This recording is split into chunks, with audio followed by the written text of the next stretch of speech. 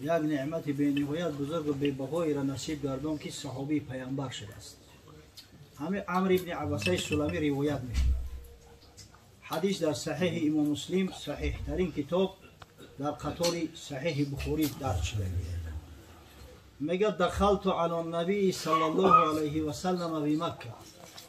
هنوز زمانهایی که رسول الله صلی الله علیه و سلم در مکه مکرمه زندگی میکرد، روز میگه نزدش اومد.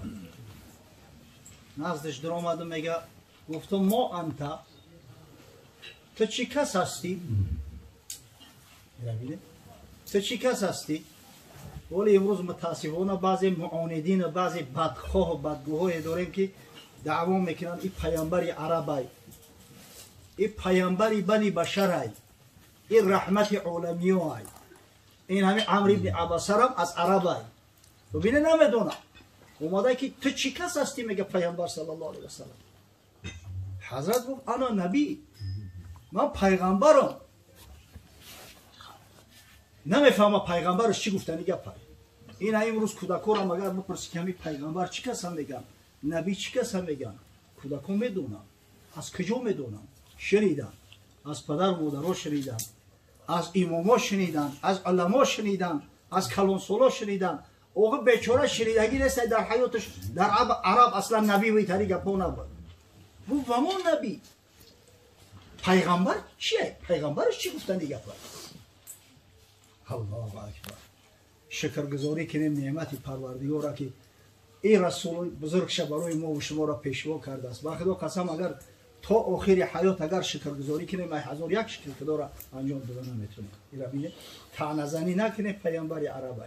قسم به الله رسول الله صلی الله علیه و سلم در حق عجمی سخنی را گفته است که در حق عربو نگفته است.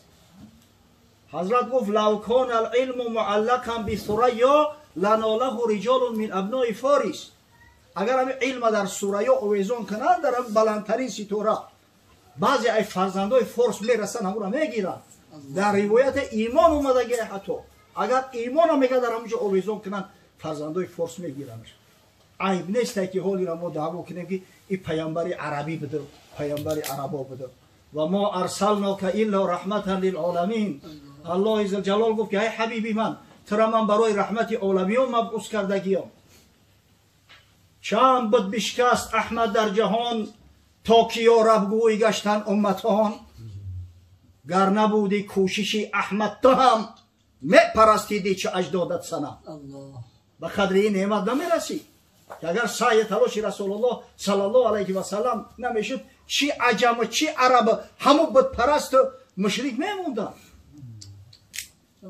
پیغمبرش چیه گفت؟ حضرت گفت ارسلنی الله، مرا خداوند مبعوث کرده است، فرستاده است از برای بنی بشر مردم تعلیم بتم، مردم با خدا آشنا کنم، مردم از حلال و حرام آگاه کنم، راه حقیقت، راه نجات براشون نشان بتم. الله با سوالش کرد و بی ای شیء ارسلک.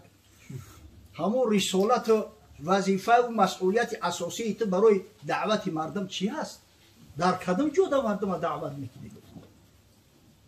حضرت گفت ارسلنی بصلة الارحام و کسر الاوثان و ان یوحد الله لا یشرک به شیئا.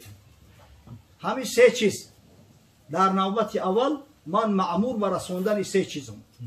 اولا مردم دعوت کنم که صله رحم قطع نکنم. بعدا بت‌ها را بشکنم، مردم از بتپرستی از غیر پروردگار را عبادت کردن باز بدارم. و نهایت مردم به موحدی دعوت کنم که غیر الله ذوالجلال کسی و چیزی را عبادت نکنند. میشیه من، رسالت من عبارت از همین سه چیز است.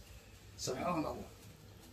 دون عبدالرؤف در صحبت تاکید کرد، گفت که در شب قدر تمام گناه ها آمرزیده می شود مگر گناه سه طایفه. گوش کرده؟ خشا به حال کسی که گوش میکنه.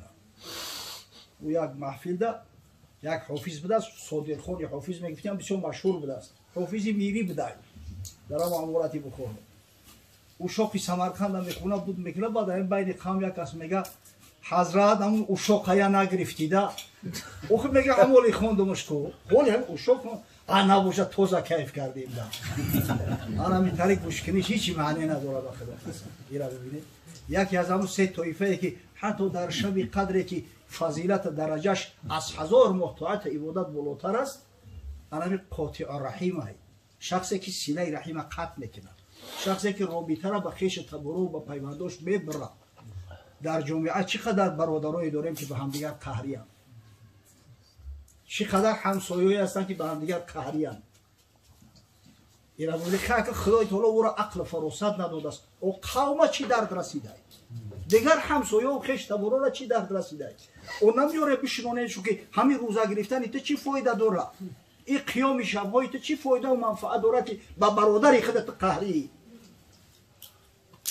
حلال نیست برای مسلمان با یک مسلمان دیگر ای 3 روز یا قهری کردن اوی برادر تا صله رحم ای در اینجا حدیث متفق علیه است بخاری و مسلم روایت میکنن از مادر مو بی عایشه رضی الله تعالی عنها میگه پیامبر محبوب صلی الله علیه و سلم تاکید کرد گفت الرحم معلقه بالعرش انا می رحم صله رحم در عرش پروردگار آویزان است اینا میچخه که قندیل در بالای سقف آویزان است همین در عرش پروردگار آویزان است تقول من وصلنی وصله الله تعالی و من قطعنی قطع الله تعالی میگه دائم دعا و نداش همین است هر کسی که مرا وصل کرد هر کسی که نام صله رحم مرا رعایت کرد خداوند رابطه‌اش با او بنده هرگز قطع نمیکنه همیشه در وصل است همیشه از رحمت از نعمت پروردگار برخوردار است اما کسی اگر رابطه را با من قطع کرد خداوند میگه